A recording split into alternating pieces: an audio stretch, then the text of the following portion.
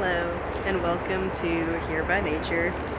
Today I'm going over the second to last iteration in my main church's I Have Decided Again series of the 3 key takeaways. The first one is leadership begins with surrender. Leading others to Jesus begins with following Him. True leadership flows from humility, obedience, and daily surrender.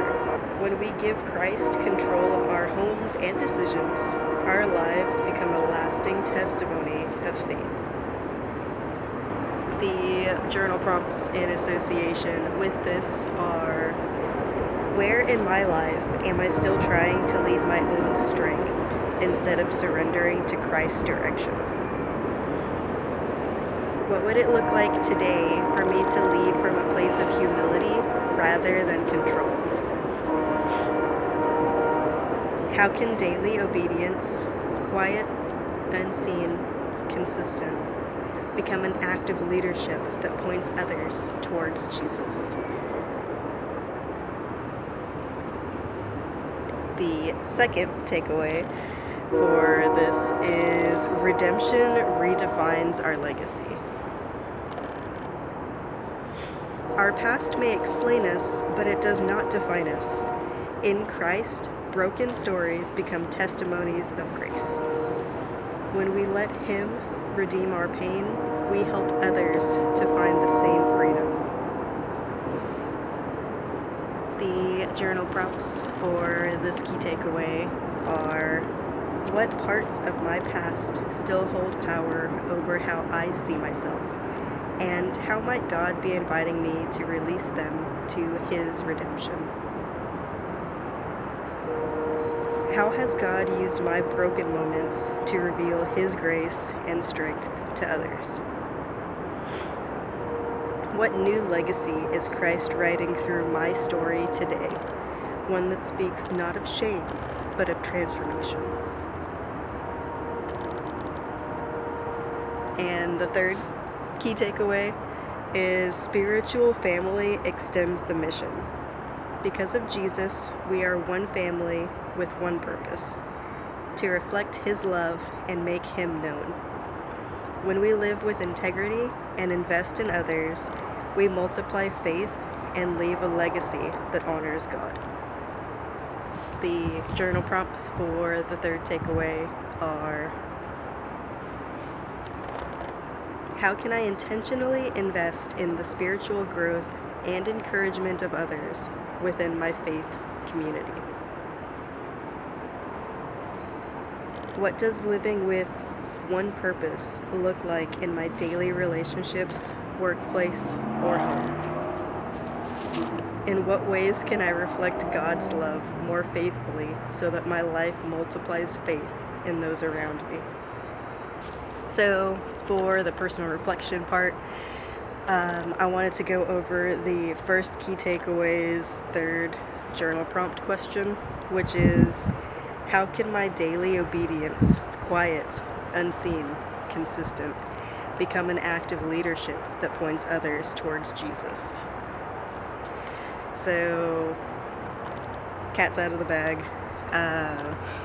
I am a small group leader with my main church, and honestly it's just so much fun. But what I've begun to do, just because we're having it at a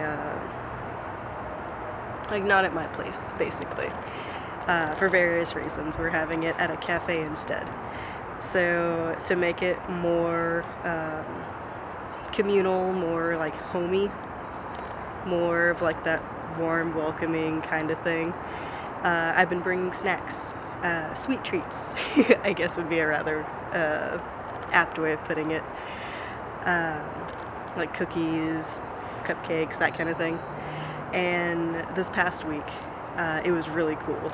So I normally get them from H-E-B. I don't make a lot of it myself because it's just a whole thing with time and whatnot. But this past week, I actually was going out and I went to grab, this week was cookies from HEB. And while I was checking out, I was like, you know what, I don't want to do, because I'd just gotten out of work. I don't want to do where I like self-check myself out, like I just got off of work. I don't want to technically do work. So I was like, I'll just go to like one of the other registers and see how long it takes, basically. So I had that and a little snack for myself. So I went into the 15 items or less, because I had 2 items. And it's not becoming a whole thing on like, meh, even though it might sound like it. But I went into a 15 items or less, and I was putting my stuff down. And I was kind of minding my own business and whatnot. And there was a specific type of cookie that I got. It was, I guess they're like more fancy. It's a black and white cookie. And the lady behind me was like, oh, are those good? And I had no idea. I was just like, these look cool. I'm going to get them for my girls because it's a ladies only group. And told her, I was like, no, I'm getting these for my small group. It's ladies only, but kind of explaining like what we do basically at small group. And she was just like, oh, that's really interesting, and like making jokes of like, oh, I'd love to be in your small group and everything. And I was like, cool, like if that's true, I would love for you to go to my church. And I showed her, I was like, this is my church that I go to, this is what we offer, because she mentioned having kids. And I was like, hey, by the way, we have a childcare service provided during both services. So if you wanted to have like worship time and your kids not be present just because I mean, I have pets. I can imagine what a little human is like. So I told her, I was like, we have childcare provided, so you can have your worship time and the kids can go up and play in like this awesome cool like system that they have. It's like, oh my gosh, just so much stuff for the kids. It's amazing. And she was like, oh my gosh, like, I can't remember exactly how she put it, but she was like, I like how non-abrasive, it's not the right word, but that's the right sentiment, how non-confrontational, I can't remember exactly how she put it, but non-abrasive is like the closest I can get to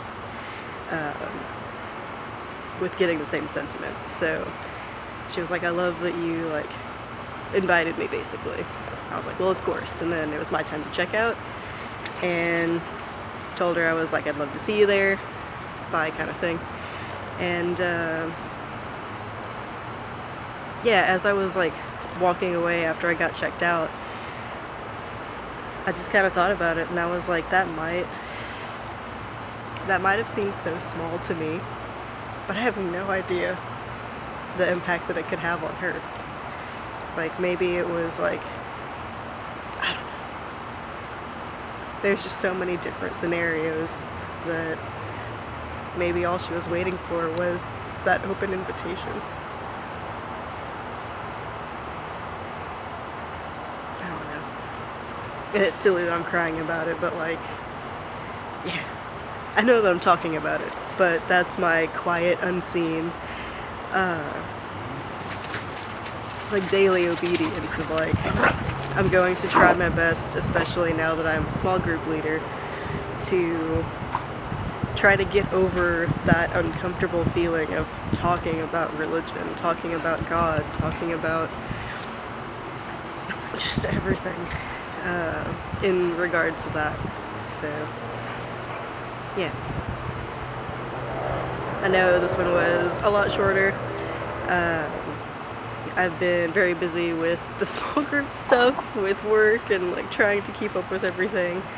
And technically, it's also a week late. So I'm going to be posting the one that's supposed to have come out today on Wednesday. And then after that, me and my small group are going to be going through our Bibles all the way through, starting in the New Testament, and then doing the Old Testament. And by the end of the year, we're going to have read the whole Bible. So if that sounds like something that you're interested in, feel free to subscribe. I'm going to be going over a little bit of a rough synopsis over key verses in each book, and that's what is going to be the future of this channel for the next year or so. So yeah, hopefully you heard whatever it is you need to hear today, and until next week, friends, I'll see you then, and have a blessed one.